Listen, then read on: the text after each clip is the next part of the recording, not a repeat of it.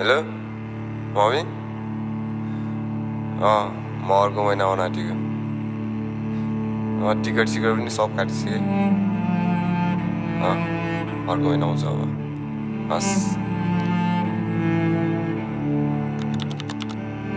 Need another wake-up call. We should all be wide awake to the threat of this virus. Omicron has now been detected in at least 24 countries around the world, according to the World Health Organization. Omicron is associated with more transmission, more severe disease, more risk of reinfections, or more risk of evading vaccines.